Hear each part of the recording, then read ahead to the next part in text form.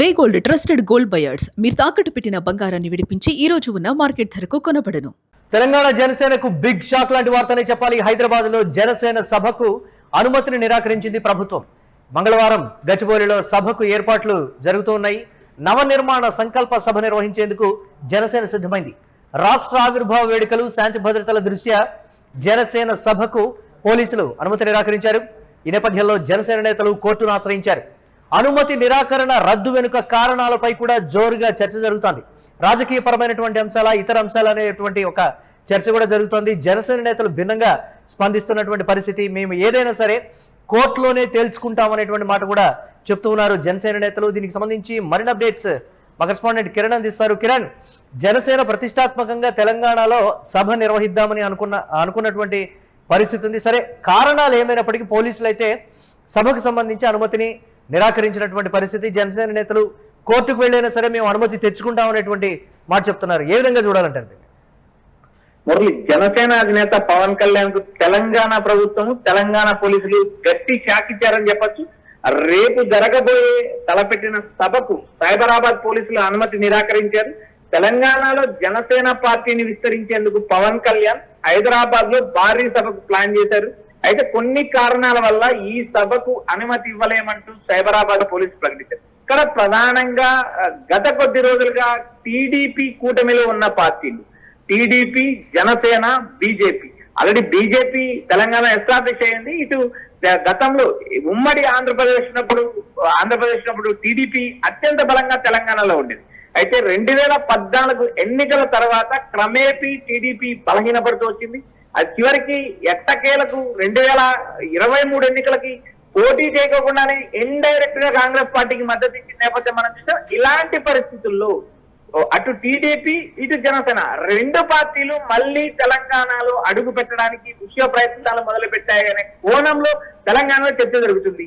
గతంలో సమైక్యవాదుల వల్ల ఇబ్బంది పడ్డ తెలంగాణ వాదులు మరోసారి తెలంగాణ గడ్డ పైన సెటిలర్ల హవా, సెటిలర్ల ప్రభావం మళ్ళీ మొదలవుతుందా అనే ఒక చర్చ దారితీసింది. అయితే ఇక్కడ ప్రధానంగా జనసేనను విస్తరించేందుకు పవన్ కళ్యాణ్ గత కొద్ది రోజులుగా విస్తృత ప్రయత్నాలు చేస్తున్నారు. రాబోయే ఎన్నికల్లో 2028 తెలంగాణ ఎన్నికల్లో టీడీపీ, జనసేన, బీజేపీ మూడు పార్టీలు పొత్తు పెట్టుకుంటాయి అంటూ ఒక ప్రచారం ఇప్పటికే నడుస్తుంది. అయితే ఈ ప్రచారం వల్ల బీజేపీకి ప్లస్ మైనస్ అనే అంశాలు ఇప్పుడు మనం చర్చించకపోయినప్పటికీ కూడా పవన్ కళ్యాణ్ వ్యూహాత్మకంగా జనసేన పార్టీని విస్తరించడానికి ప్లాన్ చేస్తున్నారు. ఆంధ్రప్రదేశ్ లోనే పూర్తిగా జనసేన పార్టీని విస్తరించని పవన్ కళ్యాణ్ తెలంగాణలో విస్తరించడానికి గల కారణాలు ఏంటి అంటూ నేరుగా కవిత లాంటి నేతలే కాకుండా కాంగ్రెస్ పార్టీకి సంబంధించిన జడ్జర్ల మీద అనిరుద్ రెడ్డి లాంటి నేతలు కూడా నేరుగా విమర్శలు చూపిస్తున్నారు. అసలు ప్రొఫెసర్ నాగేశ్వరరావు విషయం పైన కూడా ఒక గందరగోళం నెలకొంది. అయితే ప్రొఫెసర్ నాగేశ్వరరావు అరెస్ట్ పైన తాను పోలీసులను అరెస్ట్ చేయొద్దని చెప్పానంటూ పవన్ చేసిన వ్యాఖ్యలు కూడా తెలంగాణలో చెప్పేది. ఈ మొత్తం వ్యవహారాన్ని మనం గమనించినప్పుడు ఆంధ్రాకు సంబంధించిన పార్టీ నేతలు హైదరాబాద్ కేంద్రంగానే రాజకీయాలు నడుపుతున్నారు. 2014లో రాష్ట్రం విడిపోయినప్పటికీ కూడా తర్వాత ముఖ్యమంత్రి అయిన చంద్రబాబు కావచ్చు, తర్వాత చంద్రబాబు 2 సార్లు ముఖ్యమంత్రి అయ్యారు, జగన్ ఒకసారి ముఖ్యమంత్రి. జగన్ తాడేపల్లి నుంచి రాజకీయ వ్యవహారాలు నిర్వహించారు. చంద్రబాబు 4 రోజులు అమరావతి నుంచి రాజకీయాలు నిర్వహించి 3 రోజులు తెలంగాణ నుంచి రాజకీయాలు నిర్వహించిన నేపథ్యం ఉంది. గతంలో కేసీఆర్ ఎఫెక్ట్ వల్ల, గతంలో ఓటుకు నేటి కేసు వల్ల హైదరాబాద్ ని వదిలెట్టిన టీడీపీ నేడు మళ్ళీ ఇటు టీడీపీ, అటు జనసేన తెలంగాణలో విస్తరించడానికి ప్లాన్ చేస్తున్నాయంటూ ఇటు కాంగ్రెస్ తో పాటు ప్రతిపక్షాలు కూడా దుమ్మెత్తిపోతున్నాయి. మురళి, రైట్. అంటే దీనికి సంబంధించి రాజకీయపరమైనటువంటి కారణాలు, ఈరోజు మంత్రులు చేసినటువంటి హాట్ కామెంట్స్, అంటే క్షమాపణ చెప్పిన తర్వాతే తెలంగాణలోకి రా అనేటువంటి ఆ అంశాన్ని కూడా జనసేన నేతలు చెప్తున్నటువంటి పరిస్థితి ఉంది. పార్టీ పరంగా ఎందుకు మమ్మల్ని ఈ విధంగా ఇబ్బంది పెడుతున్నారు అనేటువంటి మాట కూడా చెప్తున్నారు. ఏంటి అసలు ఆ మంత్రుల కోణం కావచ్చు, లేకపోతే ఉద్దేశపూర్వకంగానే నిరాకరిస్తున్నారు తప్ప ఏ రోజు కూడా తెలంగాణలో జనసేన వల్ల ఏదైనా శాంతి భద్రతల లోపం కానీ ఇదంతా తలెత్తిందా అనేది కూడా వారు ప్రధానంగా ప్రశ్నిస్తున్నటువంటి పరిస్థితి ఉంది కదా కిరణ్. దీన్ని ఎలా చూడాలంటారు మనం? మురళి, తెలంగాణలో జనసేనను విస్తరించుకోవడానికి ఎవరికి ఏ పార్టీకి వచ్చిన నష్టం లేదు. ఆ పార్టీలు ఎవరు కూడా పార్టీని విస్తరించుకోవడానికి ఇక్కడ ఎవరు ఇబ్బంది పెట్టలేదు. నేరుగా తెలంగాణలో భావోద్రేకాలు రెచ్చగొట్టడానికి మాత్రమే ఈ సభ నిర్వహిస్తున్నారంటూ అధికార ప్రతిపక్షాలు ఇప్పటికే దుమ్మెత్తుకొస్తున్నాయి. మరోపక్క జనసేనకు సంబంధించిన నేతలు కూడా కోర్టుకు వెళ్లే అవకాశాలు స్పష్టంగా ఉన్నాయి. కోర్టుకు వెళ్తే ఖచ్చితంగా అనుమతి వస్తుంది.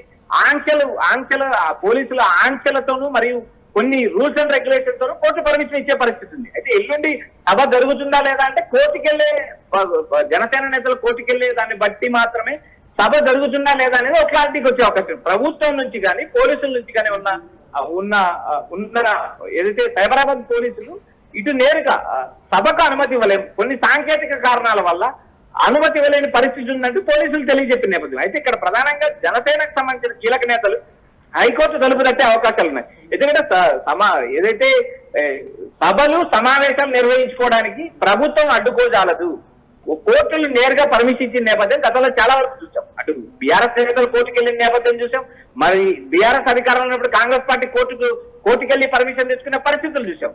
ఎక్కడైనా ఒక సభ నిర్వహించుకోవడానికి ఎవరికి కూడా ఏ ప్రభుత్వానికి కానీ ఏ పోలీసులకు కానీ ఎలాంటి ఇబ్బంది ఉండదు. అయితే ఇక్కడ ఉన్న ప్రస్తుత పరిస్థితులు ఏవైతే ప్రొఫెసర్ నాగేశ్వరరావు అరెస్టు పైన భిన్నవాదనలు, మరోపక్క జనసేన విక్రయించడానికి చేస్తున్న ప్రణాళికలు, మరోపక్క సీఎం రేవంత్ రెడ్డి ఆ చెట్టులలో ఓట్లే కేంద్రంగా నేరుగా ఎన్టీఆర్ విగ్రహం పెట్టడం, ఇలా వరుసగా జరుగుతున్న రాజకీయాలు, ఆ రాజకీయాలు బట్టి మళ్ళీ ఆంధ్రప్రదేశ్ సంబంధించిన నేతలు ఇక్కడ అడుగు పెట్టబోతున్నారని ఒక ప్రచారం మాత్రం జరుగుతుంది. అయితే ఈ ప్రచారంగా నడుస్తుందా లేక ఈ మూడు పార్టీలు కలిసి వచ్చే ఎన్నికల్లో పోటీ చేస్తాయని ప్రస్తుతానికి చెప్పలేని పరిస్థితి. ప్రస్తుతం జనసేన తన పార్టీని విస్తరించుకోవడానికి మాత్రమే ప్రణాళిక సిద్ధం చేస్తుందంటే జనసేన నేతలు చెప్తున్నారు. దీని వెనక బీజేపీ ఉంది అంటూ ఇప్పటికే అధికార ప్రతిపక్ష నేతలు కూడా వ్యాఖ్యానిస్తున్నారు.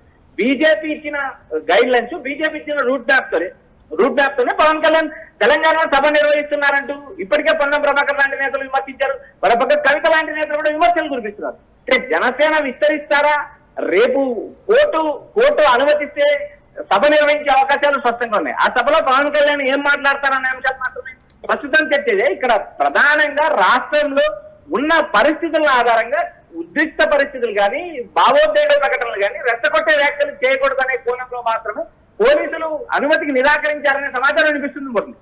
Right, thanks for updates Kiran. ఇక తెలంగాణ జనసేనకు బిగ్ షాక్ లాంటి వార్తని చెప్పాలి. హైదరాబాద్లో జనసేన సభకు అనుమతిని నిరాకరించింది ప్రభుత్వం. మంగళవారం గచ్చిబౌలిలో సభకు ఏర్పాట్లయితే జరిగాయి. నవనిర్మాణ సంకల్ప సభ నిర్వహించేందుకు జనసేన సిద్ధమైంది.